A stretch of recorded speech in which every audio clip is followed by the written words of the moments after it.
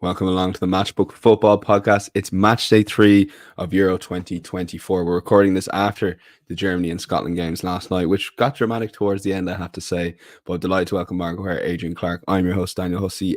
Before we get going, just a pointer to anyone looking for a recap of all the bets put up throughout the next 40 minutes or so. Insights.matchbook.com.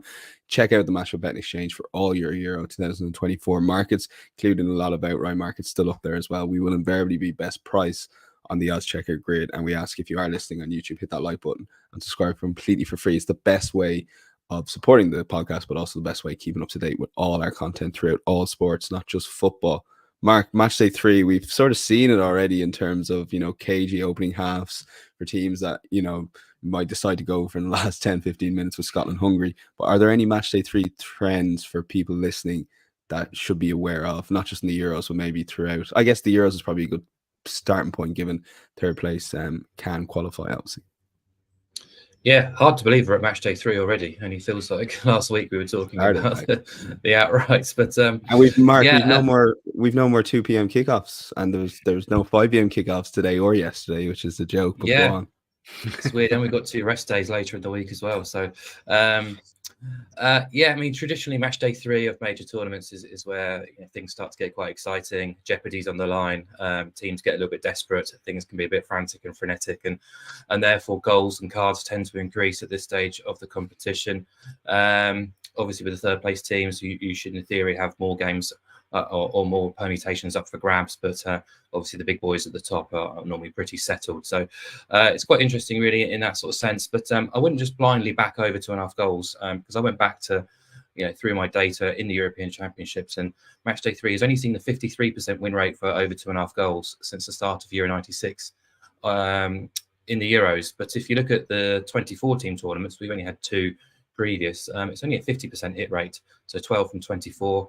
Euro 2020 saw just 4 games go over 2.5 goals in match day 3, but last Euros we had 8 from 12, so obviously small samples there. But the one that really sort of piqued my interest actually was favourites have only a 42% win rate.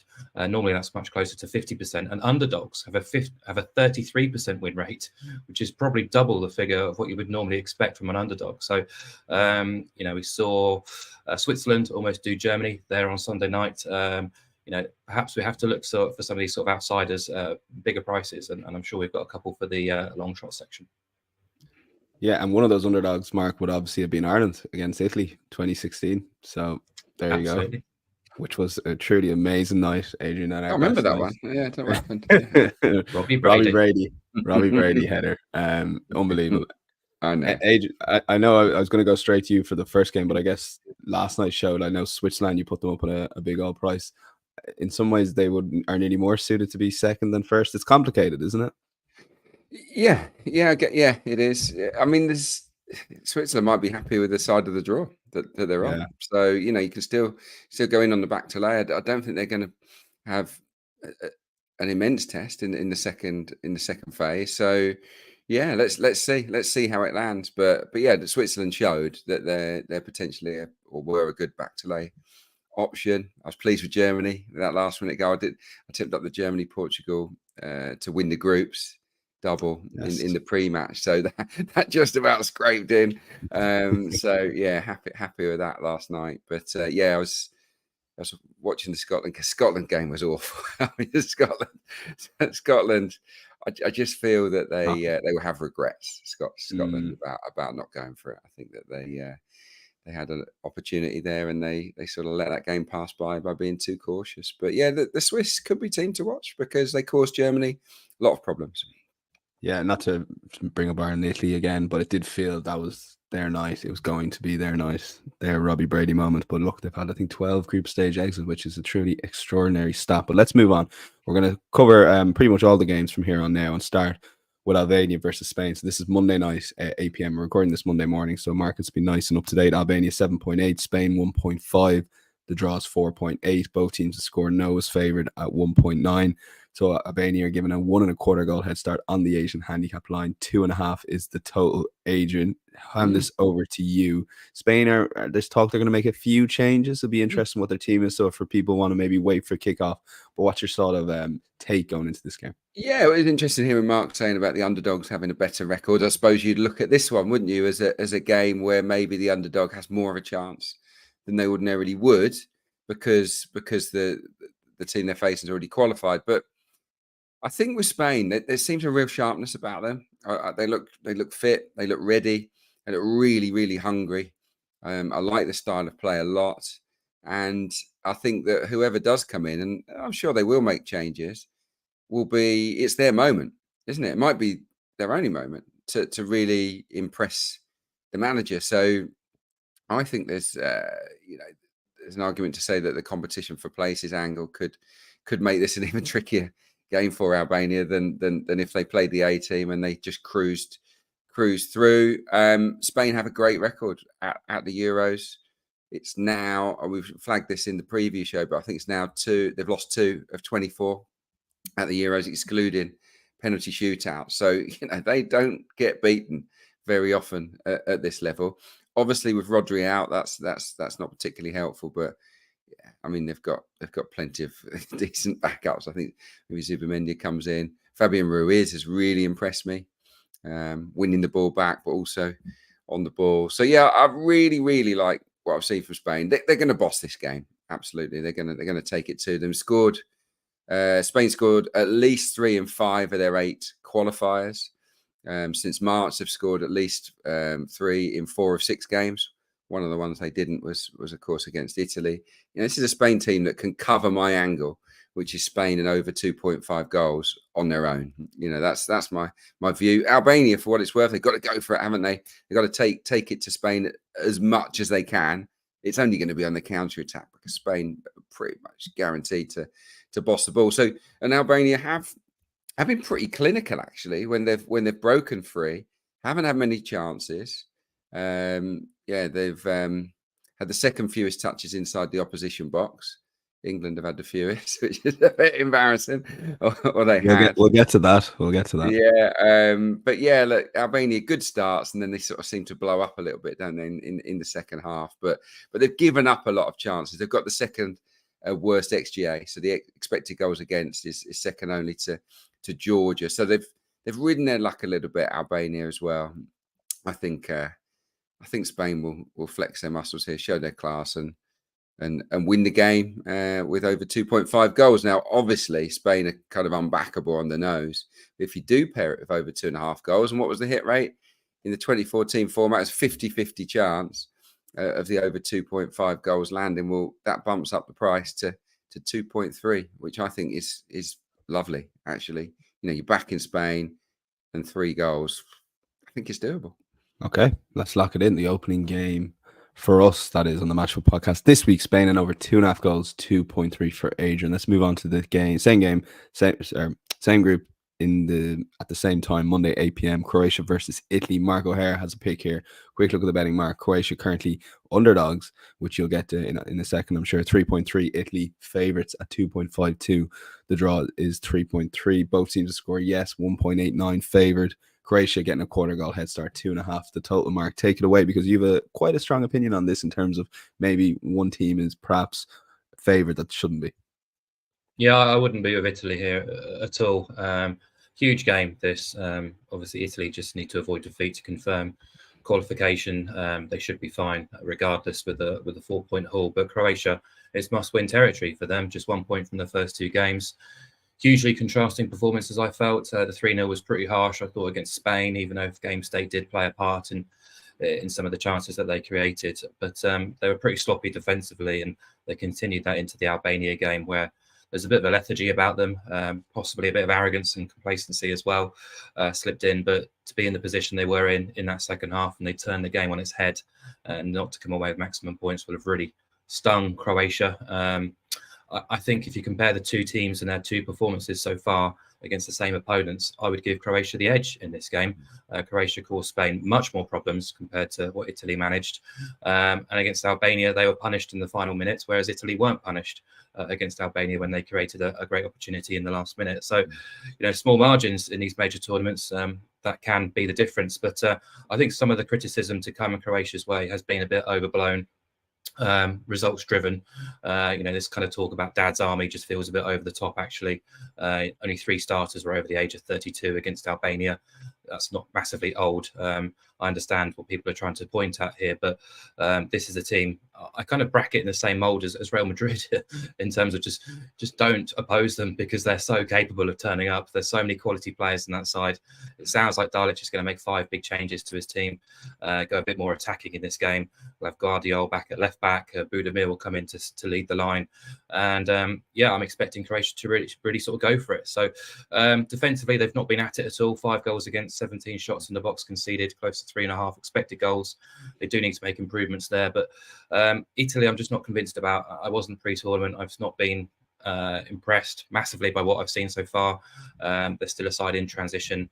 Spalletti is still the ace in the pack there, but in terms of the tools he's got at his disposal, I don't think there's a massive intimidation factor there for Croatia. So they'll be encouraged by what Spain managed to do against Italy. So I would not be backing Italy as favourites for this game whatsoever. I think Croatia plus a quarter is the very least you could look towards backing in this game. But I've been kind of hovering around 3 or 4 different bets in this particular game. But the one I've settled on, I ventured into the bet builder on Monday morning just to see what we can get, and I was surprised we can get Croatia to have 12 or more shots and Croatia to have 3 or more shots on target at 1.8. That's an incredibly attractive price. Croatia had 15 attempts against Spain, 22 against Albania. This is now must win. So 12 shots and 3 on target should be well within their range. They had 5 shots on target against Spain, 10 against Albania. And if you look at Italy, exclude their games against Malta, they've faced at least 3 shots on target in 12 of their last 14 competitive matches. They gave up 20 efforts against Spain, 8 against Albania. They will be on the back foot for large periods of this game. The only thing I can see kind of hurting us here is an early Croatia goal, and perhaps they go into their shell and try and protect. But I still think 12 is absolutely within their range in this match. So I'm going to happily put that bet builder up. Croatia to have 12 or more shots and 3 or more shots on target at 1.8. So that's over 12.5 or 12 or more, Mark, just on because on 12 or more. 12 or more. Okay, so 12 or more shots, 3 or more shots on target, 1.8 for Mark, locked in on the bet builder. I love picturing you going in this morning, looking at the bet builder, trying to find that angle and finding it for Croatia. So pretty good one to support. So all that beats us there. I've done the shot bets before. Early goals are a killer. Trust me on that. If you haven't done it before, it is a roller coaster. France versus Poland. Let's take a look at the betting. France 131, Poland 11.0. The draw 6.4. Both teams to score no. 181 is favoured. 1.5 is the Asian handicap line, and 2.5 is the total. Adrian, take it away with your pick here. Yeah, look, France. I mean, I want to get behind France here because I feel like this is where their tournament has to get going. I was impressed in a way by them against Austria. I thought it was a really good game, a high standard match. They had a real speed about them and panache on the break. Obviously, Mbappe gives them that, but it's not just him. I just thought, I think that the player of the tournament so far has probably been N'Golo Conte as well, and I think he's in terrific form, driving them forward. There is a slight worry, isn't there, about the lack of goals? They've only scored 1 across their last 3 games, including a friendly just before the tournament against Canada. But so I feel like they're ready to sort of unleash a little bit. They've created a lot, in both games. Against the Netherlands, they should have scored a few goals. They were lucky in the end, because for me, that goal shouldn't have been disallowed from Simons. But over the course of that game, they had more than enough chances to win it. Griezmann was obviously didn't bring his shooting boots. I'm imagining Mbappe coming back here. France, by the way, are sort of very unlucky according to XG. They're minus 2.56 down on the goal count that they should have scored, which is pretty much the highest. So and at the other end of the pitch, France have been very solid. Obviously, yet to concede. They've only actually faced 14 shots across the 2 games, so average out at 7. That's the second fewest of any team at the Euro so far. So I think teams that go on deep in the competition are tight at the back. They don't give much away. That's France. I think now all we need is the attack to click.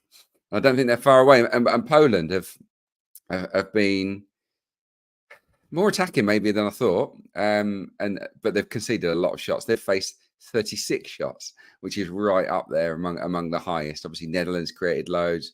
Austria scored 3, could have had more. So yeah, I think that Poland, given their state, have got to try and go for it to a degree, which might just open the door for France to have a little bit of fun here. So yeah, obviously too skinny on the nose, France, for obvious reasons. But again, I'm gonna sort of repeat it: France and over 2.5 goals. I'm not quite into, even money or above, but it's 1.94 for France and over 2.5 goals. I fancy them heavily to score at least 3 here in this game. I think France are ready to go.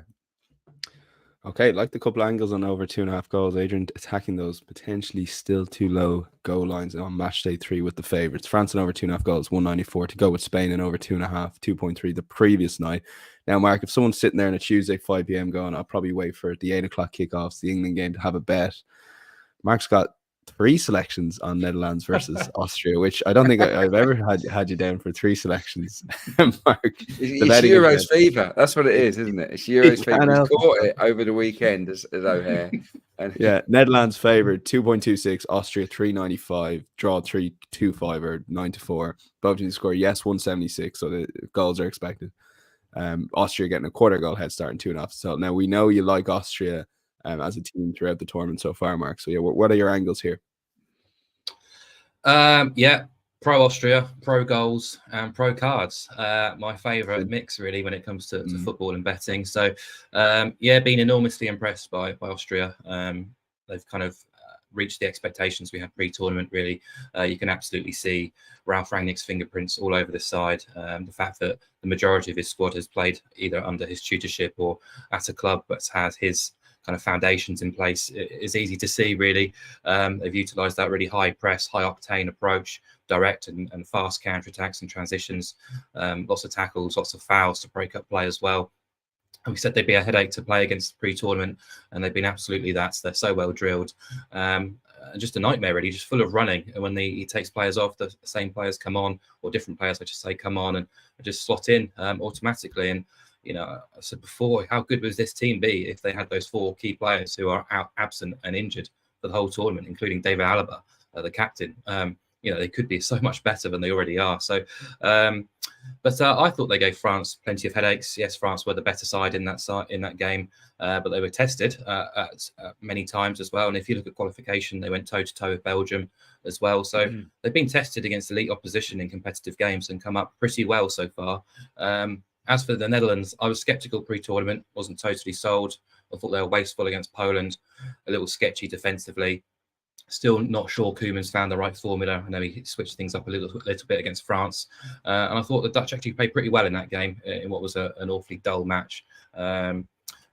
Adrian's right that the VAR call was controversial, but France had the 2 standout moments in the match to score. So they could have easily lost that game. So I don't want to lavish too much praise on them.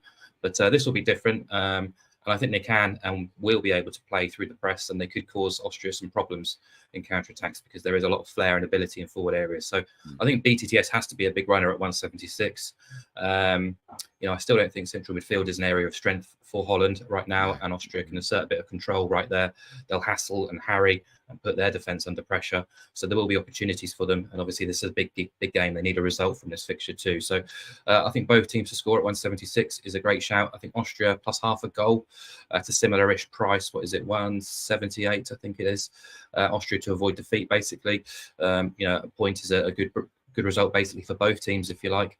I think that suits us here. I'd rather back that than back the Netherlands to win the game. And finally, down to cards. Ivan Kruzliak is the referee. He's a Slovakian. He loves a card. He gave 5 in his opener, Scotland versus Switzerland. He's given 4 or more in 13 of his last 19 internationals and 16 of his last 24 UEFA club games. If you look at Austria's first 2 fixtures, I mentioned the tackles and fouls. They've had card totals of 6 and 7. They will commit tactical fouls left, right, and centre, and they will be at you all game. So chuck in the fact there's quite a lot at stake here. I'm happy to get cards on side. Over 39.5 booking points and over 0.5 goals comes in at 1.88, which I think is very decent. We've seen the card numbers increase dramatically since Matchday 1. Only 5 of the 12 first round games featured over 3.5 cards. but the cards tally since the start of match day 2 read 4 4 5 6 4 5 1 6 1 9 5 3 4 6.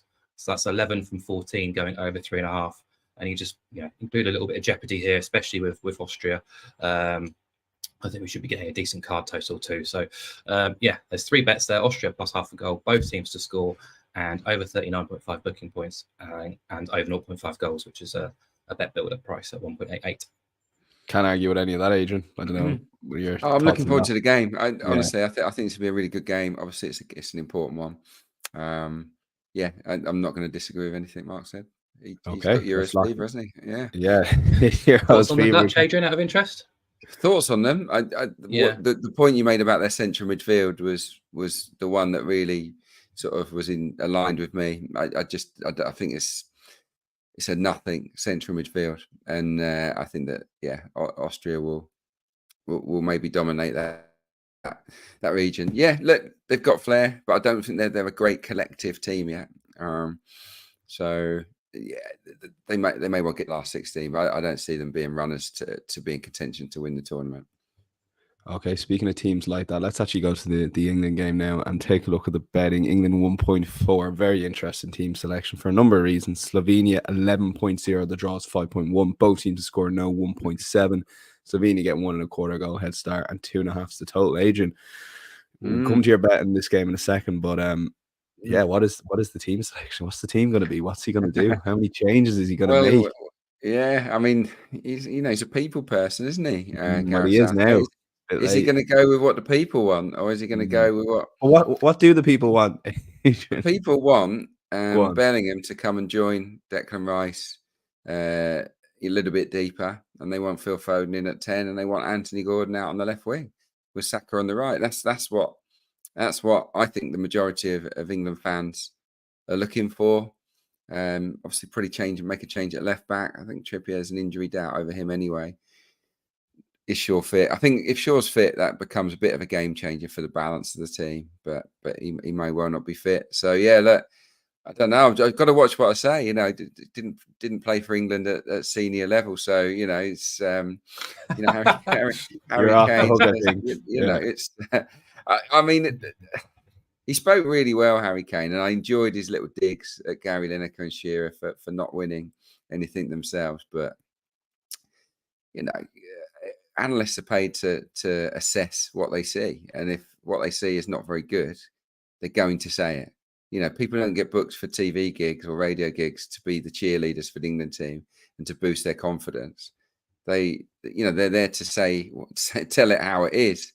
And I just thought it was a bit snowflakey of Harry to come out with that card. Really, the players listen. It's not really helpful.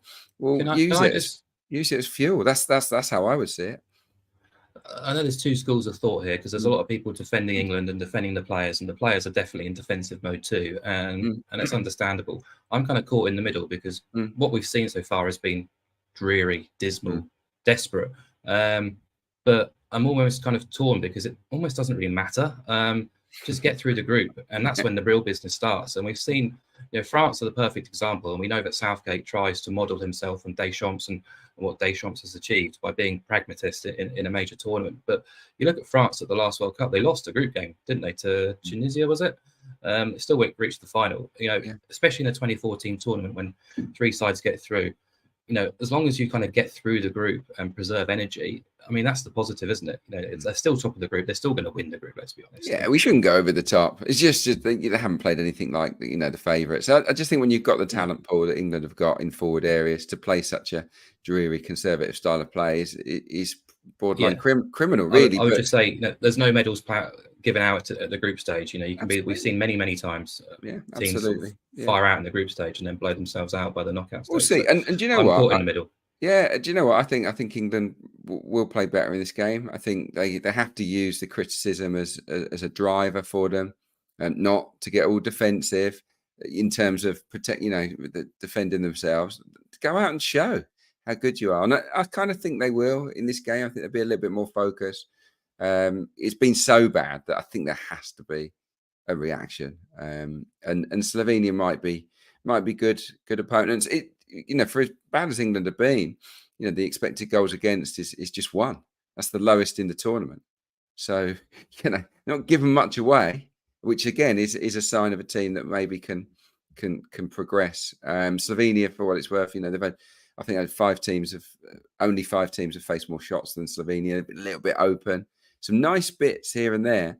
We know about Shesko and Spora, a bit of a handful, but didn't do that much in the last game.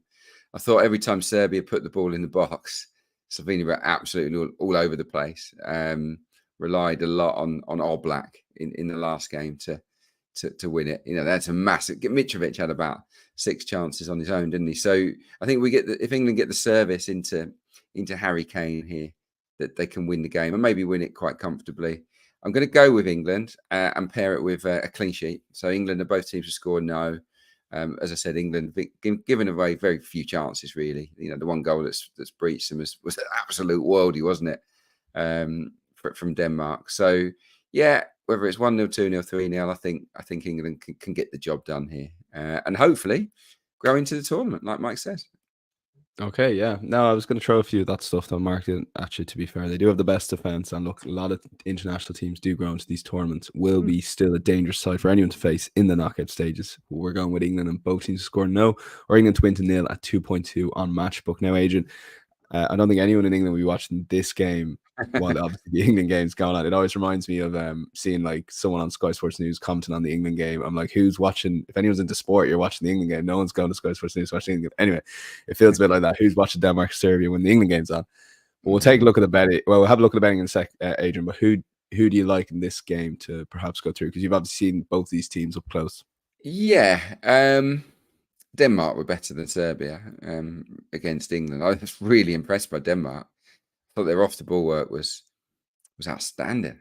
I mean, Højbjerg absolutely bossed that midfield. Got the better of Declan Rice. Let's hope that's a one-off. But yeah, it was. I thought that in general they did a terrific job of sort of harassing the England players and knocking them out of their rhythm. Not that England had a lot of rhythm, but yeah, I think that of the two, Denmark have impressed me the most. Serbia, they did create quite a lot against Slovenia. They feel a bit sluggish to me, as in not really got much pace about them. It's really, let's hoist it in the box and get one of the two big men to get on the end of it. And, they've got good players out wide who can whip a ball in, and they've obviously got target men. So it's not a bad policy, but in general play, not being massively impressed. That said, we're talking about solid defences. Serbia, who we criticised for their off-the-ball work in the preview show, have only faced 16 shots, which I thought was a slight surprise. I mean, they have played England, so that's a factor behind it, of course. But 16 shots in 2 games, that's the 3rd lowest in the competition. So they're not giving a lot away, nor are Denmark. They've faced 23. I think I'm going to oppose goals. First, I'm going to go for a bet builder. I don't think this is going to be a high-scoring game. I don't think either side at the top end of the pitch are free-flowing, particularly. I think they've both been better without the ball. So I'm going to go under 3.5 goals, which I think with Denmark, Serbia have so much at stake. I think that feels relatively secure. And then I'm going to go with Denmark and the draw, double chance, because I fancy them much more than Serbia to get the result. So I don't think Denmark get beat here. That's my take on it. They have never lost to Serbia. They've only met 3 times, but they've won every game. Have Denmark, and the draw probably be enough for them. We'll have to wait and see. I mean, yeah, we'll have to wait and see on that, because obviously England play Slovenia. So if England beat Slovenia, a draw for Denmark gets them into 2nd place. So I don't think they're going to be super expansive in the game. Both teams, the expected goals against is under 2 for the tournament so far. Again, another reason maybe to oppose goals, and the conversion rates are really low going forward for both these teams as well compared to some. So yeah, so under 3.5, and then the little double chance of Denmark or the draw, and that comes in at 2.05. Okay, use our bet builder product for that. Denmark double chance under 3.5 goals, 2.05. Group E is Mark O'Haire's group today. Mark, you can nearly take these 2 games back to back, but what an exciting group to start with. 3 points each, first time in a Euros ever, at least under this format. Really excited, and it's set up early on, and on Matchday 2 you could see there's a chance all 4 teams will be on 3 points. This is unbelievable. Yeah, definitely. That first match day when the two underdogs picked up the results, it kind of blew things wide open, really. But I'll start with Slovakia's game against Romania, the two upstarts in the pool. Yeah, you won't find a shorter price on the draw in this particular competition, and possibly across the summer, because a draw is going to suit both sides. A draw will see both sides through. It was absolutely hammered at full time at the end of Group E by punters who understood the permutations and got heavily involved straight away. It's quite complicated, but I'll try and simplify matters a little bit. But yeah, a draw suits both. A win for either side would obviously work, but it would also put the other side in massive jeopardy, depending on what happens elsewhere. If the Belgium-Ukraine ends in a draw, these two teams will finish first and third. So it's only really a defeat that can realistically knock them out. And therefore, obviously, both sides, I'm not going to say are going to play for the draw, but the draw has to be a massive consideration because of that. So, yeah, the draw, I think, is hovering around 2.2 across the market right now. At one point, it nearly went on to odds on. It's drifted a little bit in the last 48 hours, but even still. So obviously, you don't want to back the draw at that kind of price, but you can bolster the odds by just including under 2.5 goals here, which gets the draw and under 2.5 goals onside. It's now 288. It was 3.1 actually on Sunday night. It's 288, and it'll probably continue to shorten, because if you're going to back the draw at 2.2, why would you not just include under 2.5 goals? Because the most likely, if both teams are going to play for a point, it's going to be 0-0 or 1-1. It's not surely going to escalate into a 2-2 or a 3-3. Now, I don't expect these two teams to sort of pass the ball around the back with no intent whatsoever, but they are traditionally. I don't think we'll get what is it called, the disaster of Hihon or whatever it was back in 1982. They are traditionally pragmatic sides with a strong and solid base. Slovakia have been a bit more forward-thinking than perhaps pre-tournament expectations were, but both sides will be well aware of the permutations. So, and also, if the draw is trading at around about 2.2, under 2.5 goals is around about 145. So the market is saying there's no way this game escalates to 3 goals or more. And if the draw is that short, then why not have a look at the 0-0 at half-time at 225? Again, these kind of prices just don't seem to correlate with what the market is saying in the full-time market. So I just think there's a couple of opportunities to get these two bets onside. The 0-0 at halftime or on match ticket will be under 0.5 first half goals, as well as the draw and under 2.5 goals. Nice prices. Look, we like a conspiracy and stuff, I'm sure, but we do. This is one I can definitely buy into, because I think you can absolutely imagine Belgium will be going hell for leather to beat Ukraine. To try and secure top spot in the pool. I think these two teams will just be happy to qualify and get into the hat for the last 16. So the draw suits both, so I'm happy to support it. Yeah, Adrian, your initial thoughts on that? I mean, I'm just going to go on my phone and back it. If that's all right. It's true what you say, Mark. They don't. If everyone's copped onto the draw, but like if the other markets take a bit slower to sort of come with that a bit, and there's a bit of contradiction in that. So yeah, I was a little bit slow to it. I saw it mentioned that I can't remember what night the game was, but I got distracted and I came back the next morning. I was like, bloody hell, it's been hammered. But yeah, you just do a bit of digging around.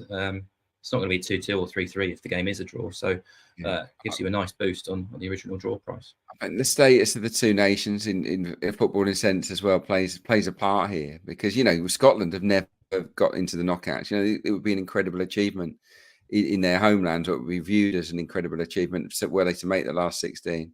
So, yeah, there's a lot of incentive here to have a little handshake, and it's not something you want to see, but it's just one of those sort of freaky situations, I guess. It's Slovakia going to pass the ball for 90 minutes and Romania parking the bus. That's what's the game. So maybe look at different angles there. If you think, picture Slovakia with 70+% possession. I think just watching the two teams' first two games. Mark, take it away. Ukraine, Belgium. You mentioned Belgium are going to go all out to win it. And that's what you've sort of said about Belgium, that the defense isn't good enough. But going forward, though, they look very dangerous, and that's where we sort of are with Belgium. And Ukraine have shown signs of recovering after a shocking first result that was in Matchday 1.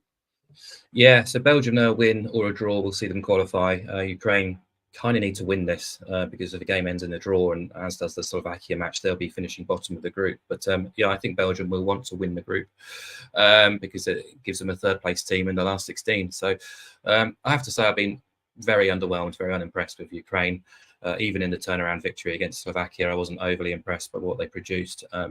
In fact, for a lot of the first half, I was just really confused and kind of bewildered by their approach, really. Just, pretty much a must-win game, and there was no pressure on the ball, no real urgency, no zip about their play. And I think when teams fall below expectations, you try and find answers for it or reasons for why that might be the case. And I just wonder with Ukraine whether the emotions of the occasion are starting to play a part, really. We've seen the players come out draped in the Ukrainian flags and obviously quite keen to sort of signal to what's going on back home and the Russian invasion. And they might be feeling a lot of pressure because of that. So perhaps it's having an impact on their performance levels. I'm not too sure, but they had these kind of slow starts during qualification and the playoffs as well, going a goal behind. So perhaps we shouldn't be too surprised by their slow starts, but they need to be better against Belgium, who I still don't think are anywhere close to being the finished article. But as you say, dangerous up front, liable to concede at the back. And I think it gives us a great base to back both teams to score here at 1.8. Belgium have had 26 shots in the box so far, created 6 big chances. Lukaku's obviously had a bit of a torrid time in front of goal with VAR and a few big misses as well. But yeah, Belgium for most of the match against Romania were pretty decent, created opportunities, but I still felt there was a vulnerability about them at the back, and the same against Slovakia too. So yeah, I like BTTS. Ukraine need the result. Their main dangers are in forward areas. They've not all come to the party yet, but Dovbik's disappointed. Mudryk has shown flashes, but no end product. We've seen that before. Sudakov has shown flashes. Yaremchuk made a decent impact off the bench.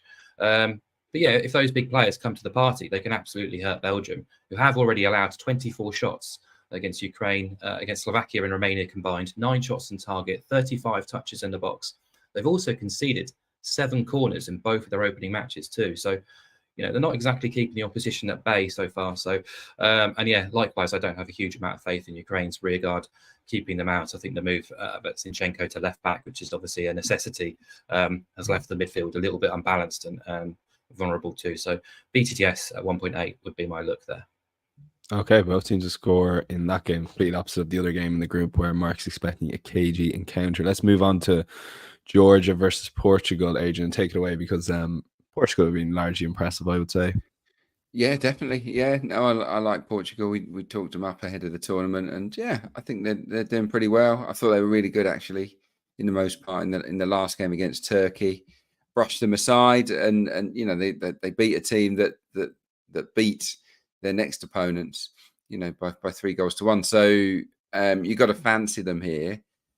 It's one of those where they know they've got top spot already, Portugal, but I still think even if they to rest a bunch of players, a little bit like Spain, actually even more so than Spain, because I think that the bench of Portugal is just ridiculous. It's crazy good. I think it's almost an advantage for Portugal to rest players and bring in fresh blood. Gonçalo Ramos, Diogo Jota, Sergio Conceição, João Felix, they didn't even get on the pitch against Turkey. So, they can just chuck them on, and I'd fancy them to really tear Georgia apart. Georgia have got a lot of heart and a lot of courage, and they'll be as bold as they can. But the bottom line is they had 1 shot on target against the Czech Republic, and they've faced 40 shots in 2 games, which is 10 more than anybody else at the Euros. So, Georgia are finding it hard to contain teams. And let's remember, they've faced the Czech Republic and Turkey, and faced Portugal, a team of Portugal's quality yet.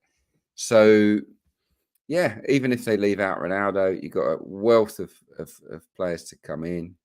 They've been scoring goals. And they look a really good attack-minded side. Georgia have to sort of go for it, I guess, to a degree. They did lose 7-1 and 3-1 to Spain in the qualifiers.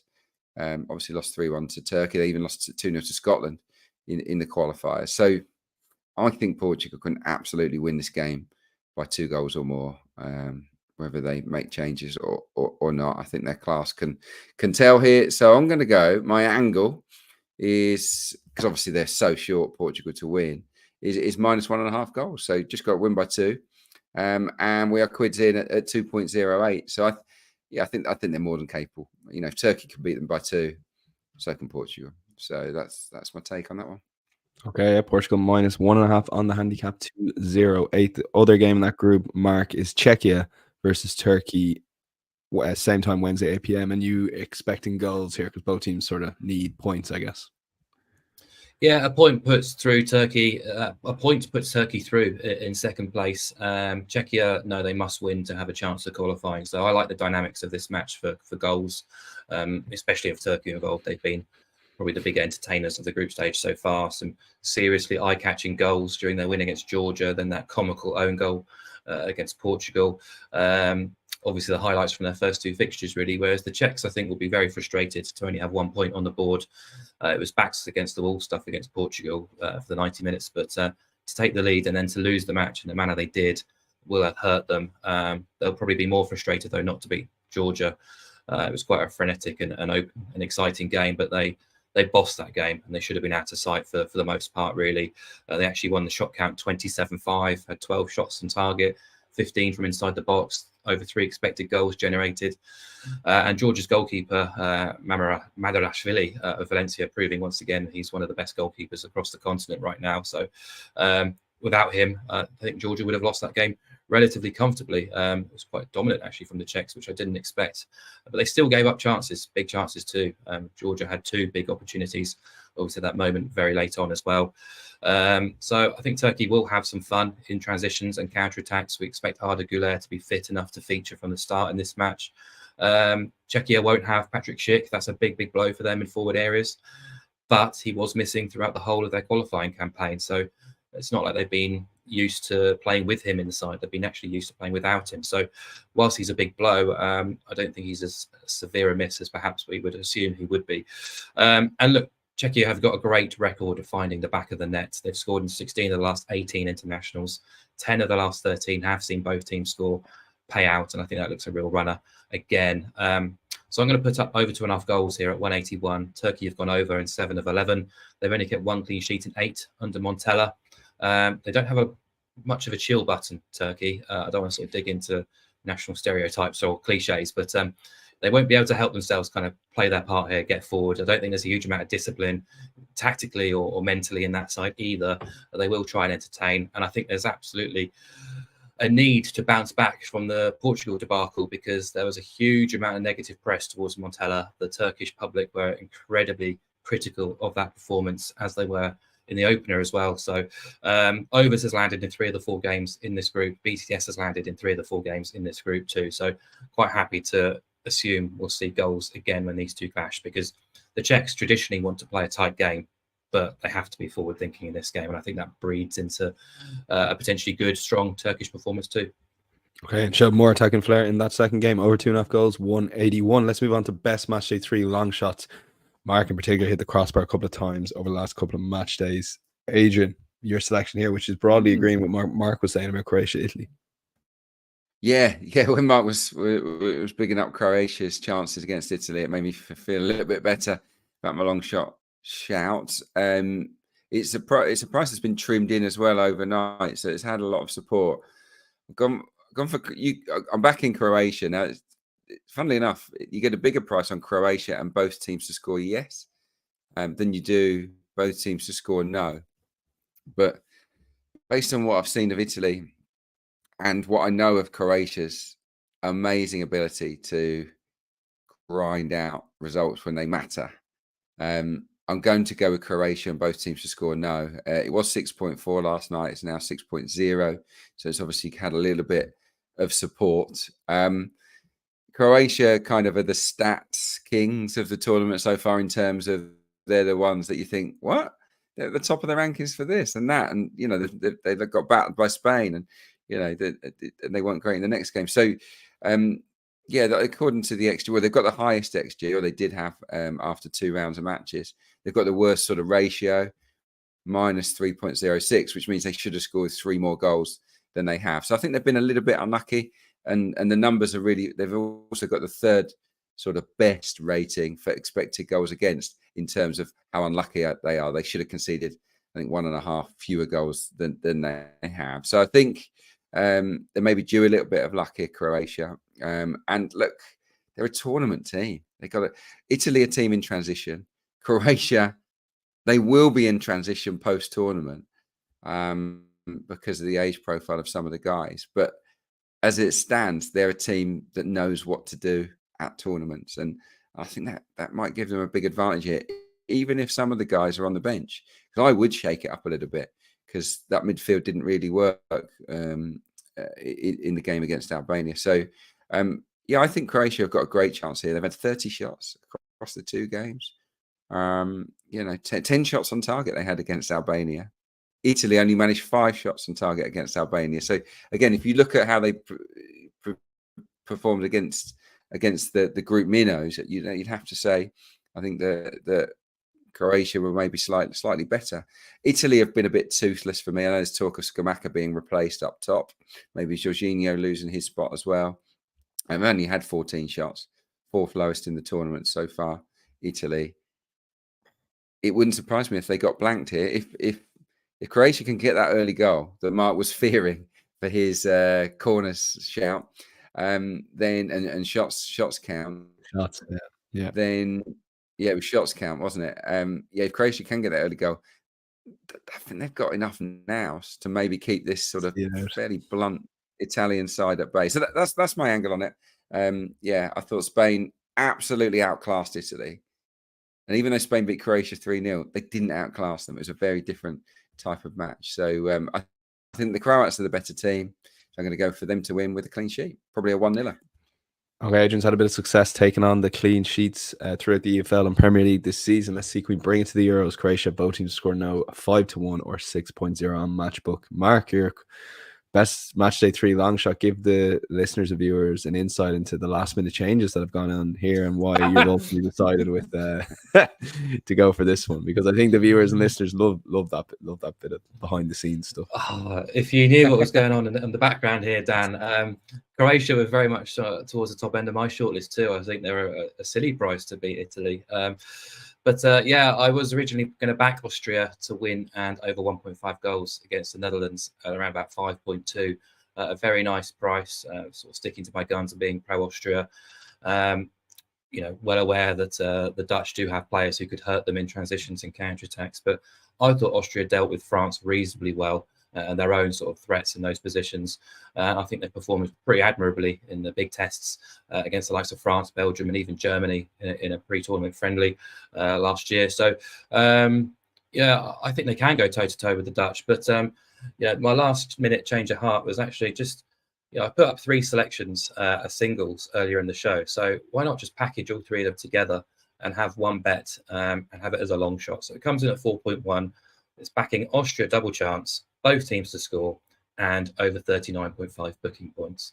So Austria not to lose, both teams to score, and 4 or more cards. Comes in at 4.1. It's probably slightly safer than backing Austria to win and over 1.5 goals. I do expect the Dutch to contribute here. So, I think that's probably a safer option, and it kind of makes sense based on what we've spoken about earlier in the show. No, love it. Check out the Bet Builder product on Matchbook. There's some fun ways you can combine your bets for that game. Adrian, you gave this a good mention at the start, so we only spent too long, but France and over 2.5 goals, that is your best bet for Matchday 3. Yeah, there's a few that sort of tempted me. A couple of Marks games. I was going to steal a couple of Marks ones, actually. I do fancy Belgium's chances against Belgium against Ukraine, isn't it? Yeah. In fact, I really like what I've seen from Belgium. I know that they're a bit leaky at the back, but going forward, it's really exciting, actually. But now I'm going to go with France against Poland. France and over 2.5 goals will be my best bet at 1.94. I think France are ready to press the go button. I know that Deschamps can be pretty conservative and whatnot in the group phase, but I think with Mbappe returning, that's going to elevate the team and give them that little bit more punch in attack. Poland have been shipping chances for fun. 36 shots they've faced across 2 games so far, and I haven't even faced France, who can cut anybody open, as we know. Real speed on the break. I love the way that they inject a little bit of high tempo play in and around the final third. And I just think it might be too much. If the Netherlands can carve them apart at will, then I think France can. And France are probably due a performance where they knock some goals in, and they could do with it, I think, in terms of their quest to win this competition. So, this is, I think, France's moment to just stretch their legs a little bit and slay the Poles. So I'm going to go with France and over 2.5, 1.94. Okay, yeah, and finally, Mark, I think there'll be no prizes no prizes of guessing what game you're going for best bet, but it's been a tough one to decide which one you've gone with for Slovakia, Romania. Yeah, I'm not normally one for conspiracy theories. Sorry, Matt Letizia, but I prefer to sort of focus elsewhere. But it just has to grab me. That 2.88 on the draw and under 2.5 goals in this particular match just has to be backed, really. The draw is trading it as a best price at 2.2 across the whole market. Under 2.5 goals is trading at 1.45. If you're back in the draw, it's likely to be a 0-0 or a 1-1. And both of these two teams will be well aware of the permutations. Both will be understandably a little bit tentative, a little bit pragmatic in their approach, knowing that a defeat could effectively knock them out of the competition altogether. A draw is mutually beneficial. I don't think it will be as bad as the disgrace of Gijón back in 1982 when Germany and Austria basically just passed the ball around the back for 90 minutes and played out a point, which was mutually beneficial. I think they will try and make it or disguise this a little bit more or a little bit better than that. But ultimately, it comes down to the fact that this price is 2.88. It has to be backed. Yeah, and for those that want a bigger prize, I guess the 0-0 could be one runner here, 5.3 on Matchbook. Incidentally, that's 4.5 more or less on the sports book. So you're getting a bigger price there too on the correct score. But yeah, great stuff, guys. As always, my thanks to Mark and Adrian. There'll be a full recap on insights.matchbook.com, as we mentioned. That'll be up by Monday lunchtime. And we'll be back on Thursday, time to be confirmed. But check out our social channels where we'll be previewing the round of 16. I want to give the guys a bit more time to delve into those outright markets, perhaps, and a little review of our outright podcast so far. But yeah, really enjoyed that, guys. We'll be back Thursday, as I mentioned, and check out the Matchbook YouTube channel and podcast feed to stay up to date with all our content. But until then, enjoy Matchday 3 of the Euros, and we'll see you for the knockouts. Bye-bye.